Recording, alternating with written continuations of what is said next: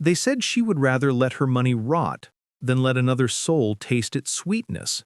But who could really blame her? Life had taught her that people come close only when your pockets are full, and disappear the moment they're empty. Her name was Mrs. Grace Morgan, the stingiest woman alive.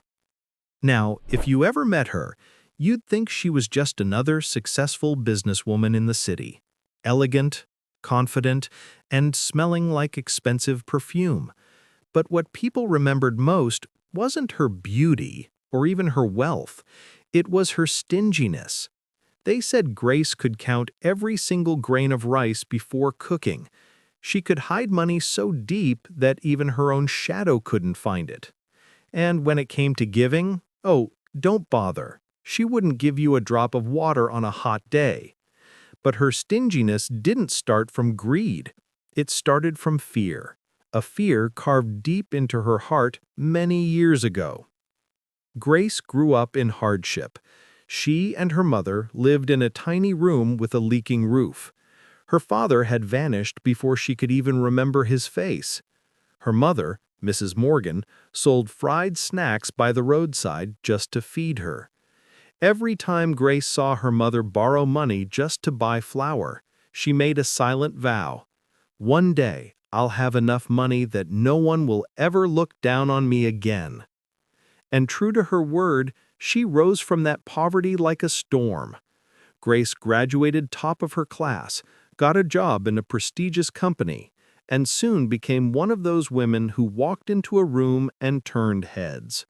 Her suits were sharp, her hair perfect, her handbag foreign.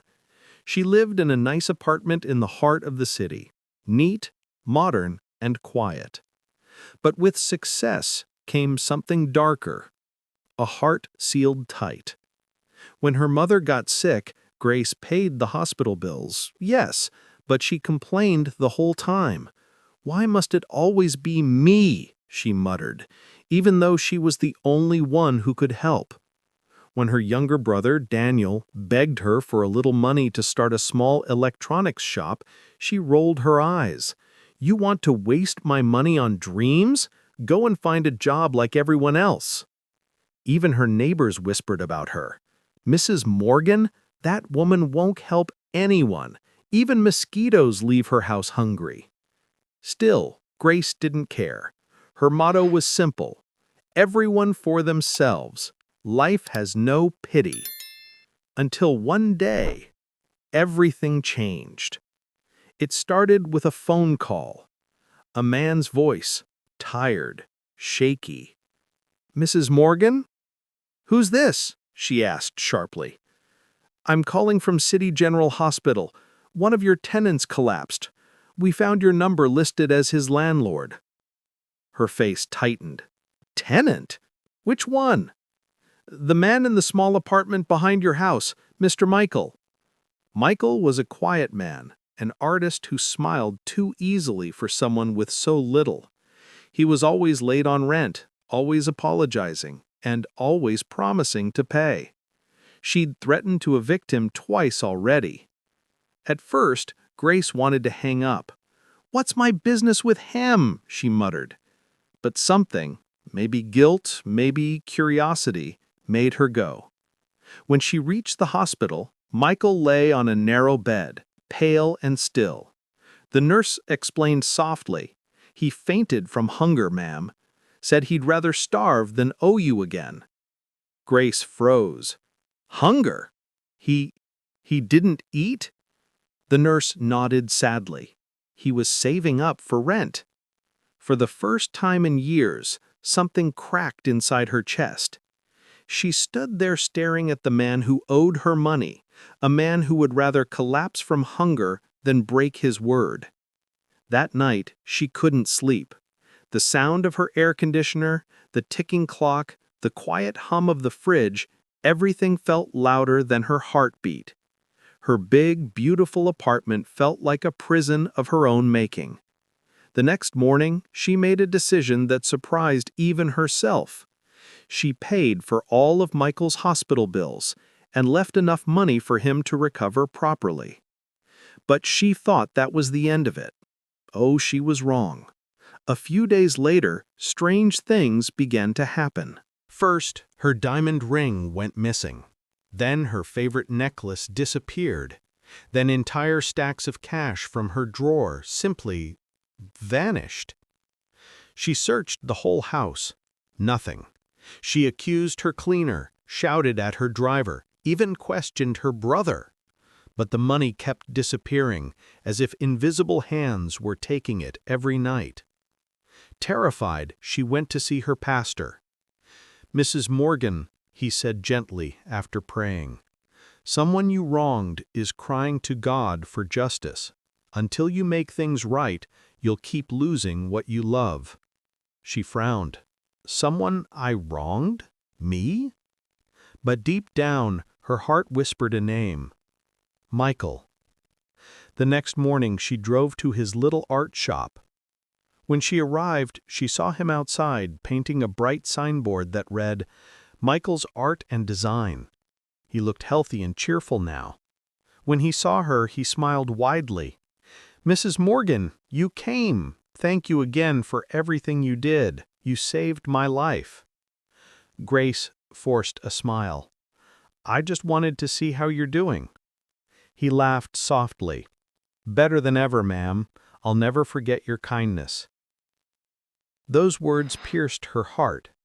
Kindness? He called that kindness? After all her coldness, all her threats? She suddenly felt small. Without a word, she reached into her handbag, pulled out an envelope, and handed it to him. "Here," she said quietly, "use it to grow your business." His eyes widened. "Ma'am, this is too much money." "Take it," she said gently. "Please."